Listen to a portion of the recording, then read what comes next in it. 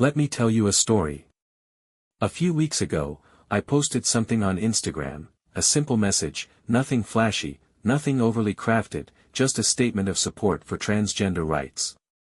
It wasn't meant to spark controversy. It wasn't meant to make headlines. It was just something I believe in, something that felt right to say. I wasn't trying to be bold. I wasn't looking for applause. I was just standing by a truth I've always held close, that everyone deserves dignity, respect, and the freedom to be who they are. At first, the comments were exactly what you'd expect. There was warmth, love, gratitude, people expressing how much it meant to see someone with a platform speak up. Some shared personal stories, messages of appreciation from people who had spent too long feeling invisible. They were moving, reminders of why words matter, why visibility is more than just a passing trend or a social media moment. It's something that can give people hope, a sense that they aren't alone. But then, the other comments started rolling in. The ones laced with hate. The ones that twisted a simple statement of support into something else entirely. The ones that reduced a call for human rights to something that, in their eyes, was radical or extreme. They came from strangers, from faceless profiles, from people who seemed to take my words as an attack rather than what they were, a declaration of empathy. It wasn't surprising. But it was disheartening. I could have ignored them. I could have let them pile up, scrolled past them, let them be buried under the wave of positivity that had come before. That's what a lot of people do. That's what a lot of people have to do just to protect their peace. And for a moment, I considered it. After all, the negativity wasn't new. The pushback wasn't unexpected. But staying quiet, pretending it wasn't there, letting it slide, none of that felt right. Because here's the thing, when you see injustice, when you see people being torn down just for existing, you have to say something. Silence, even when it feels safer, is still a choice. And too often, it's the choice that allows cruelty to fester, to grow unchecked, to become normal. I've never been comfortable with that. But this wasn't just about me stepping into some public debate. It wasn't just about taking a side in an argument that shouldn't even be an argument in the first place. This was personal. This was about family. This was about Lux. My sister has always been one of the strongest people I know.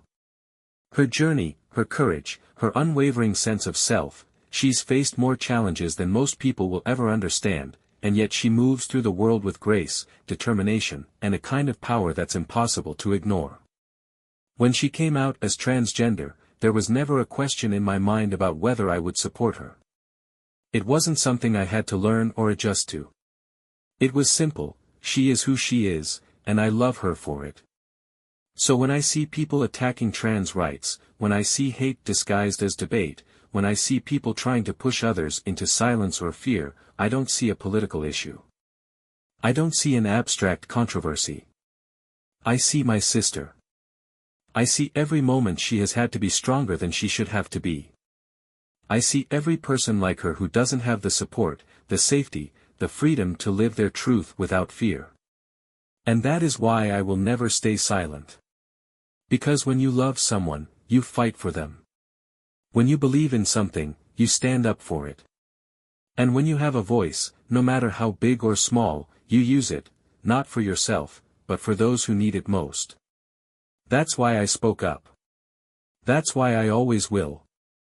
I grew up in a family that believed in standing up for what's right. Not just in words, but in action.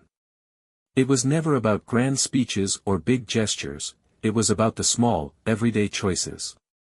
About showing up for people, about defending those who couldn't always defend themselves. That was the foundation of everything. Maybe that's why, when my sister, Lux, came out as transgender, my reaction wasn't complicated. It wasn't something I had to process or struggle to understand. It was simple. She was my sister. She always had been. And I loved her.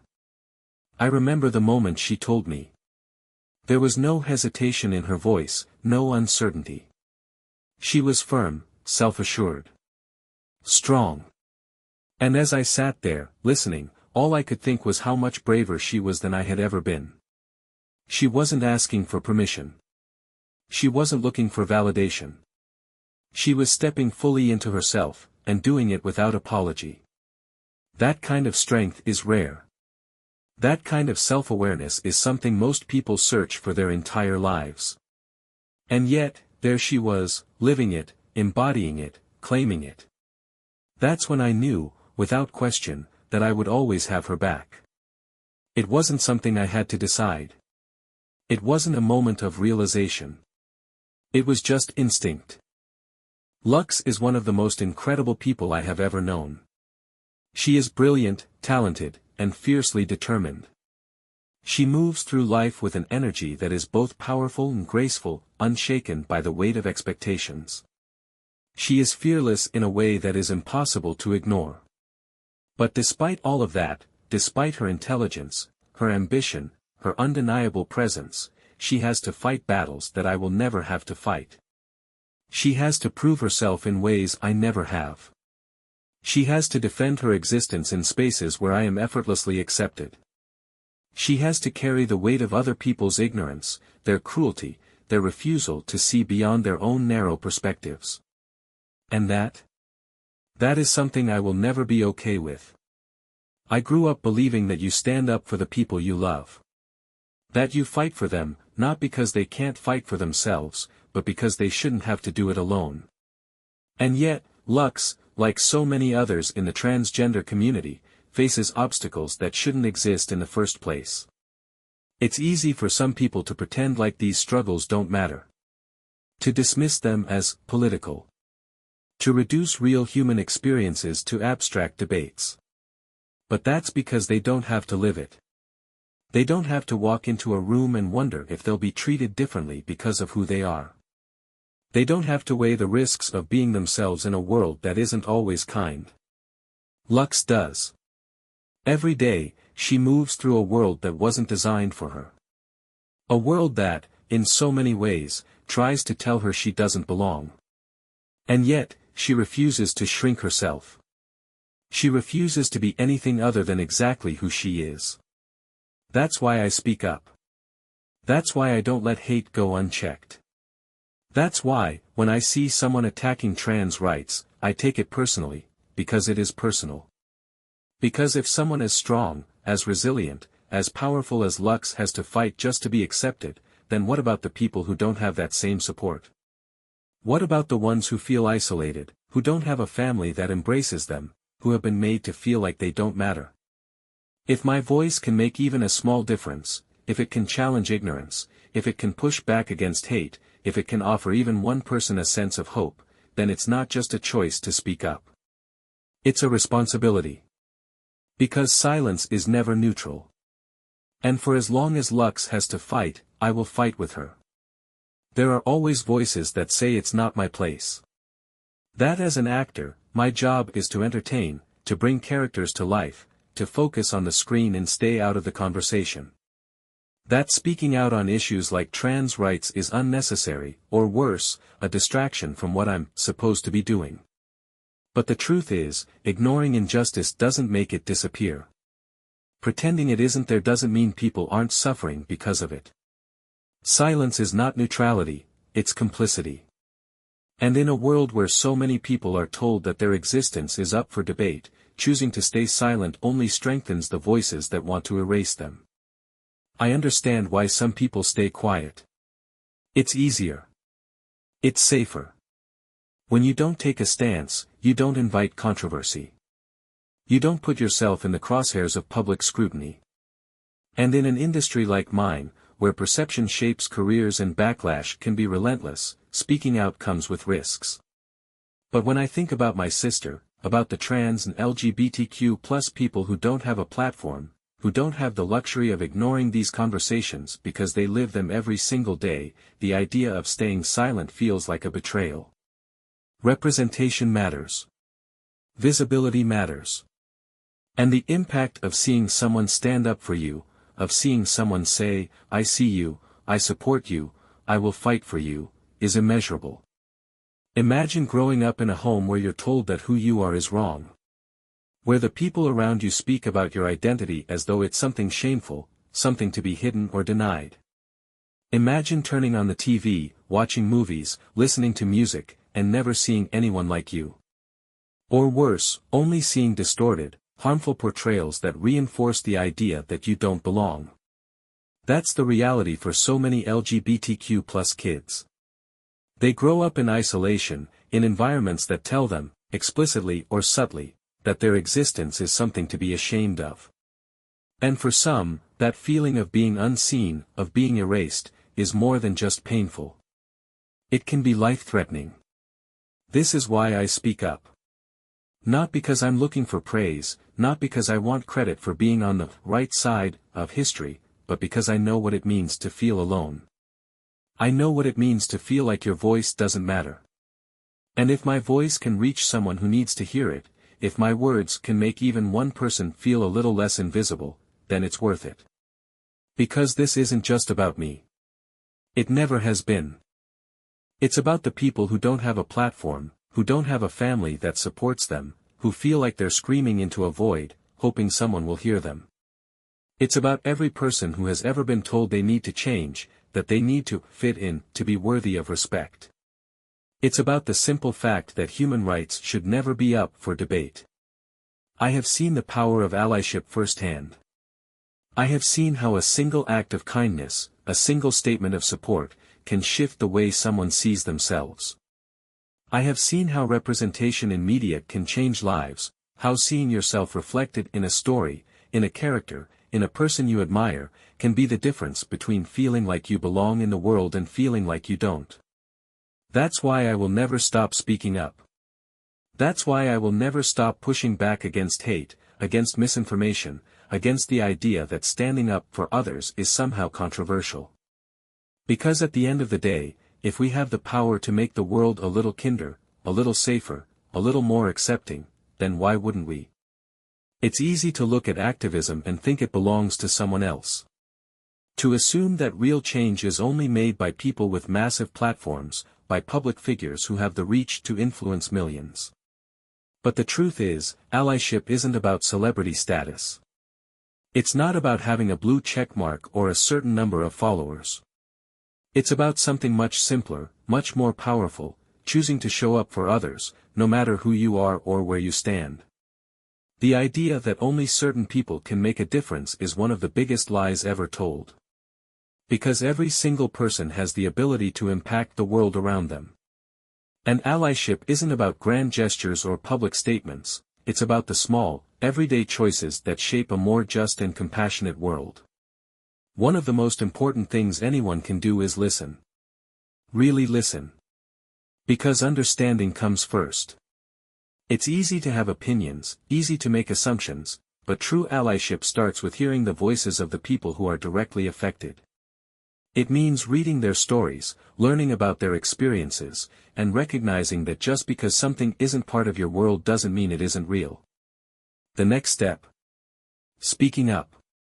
Because silence, even when it comes from a good place, can be just as harmful as outright discrimination. When people make jokes that degrade LGBTQ+ communities, when misinformation spreads, when policies are proposed that strip away basic rights, it's in those moments that allies are needed the most. Not just when it's convenient. Not just when it's trending. But always. Allyship isn't just about standing up when it's easy, it's about standing up when it's uncomfortable. When it means pushing back against people you know, when it means challenging outdated beliefs, when it means risking judgment. It's in those moments that voices matter the most. Because for those who are directly affected, this isn't just a topic of conversation. This is their reality. Supporting trans and LGBTQ+ voices isn't just about acknowledging them, it's about actively amplifying them. It means following their work, buying their books, supporting their projects, donating to organizations that provide resources and advocacy.